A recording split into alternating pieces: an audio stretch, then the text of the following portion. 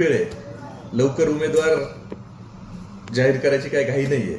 आणि आपण बघतोय बीड जिल्ह्यात कशा पद्धतीनं खोटे गुन्हे दाखल करणं, खोट्या केसेस दाखल करणं आणि विरोधकातला पोलीस तर काही घरगडीत झालेत.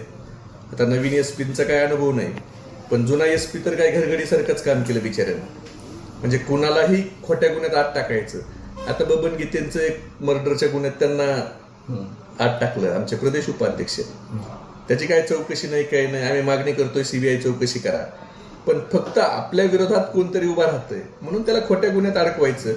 हे सगळा पद्धतशीर कार्यक्रम तिथं होतोय. अनेक मर्डर झाले, त्याचा पत्ता नाही. आता काल परवा एक ऍक्सिडेंट झाला, एक बाई जीवानीशी गेली लमान समाजाची.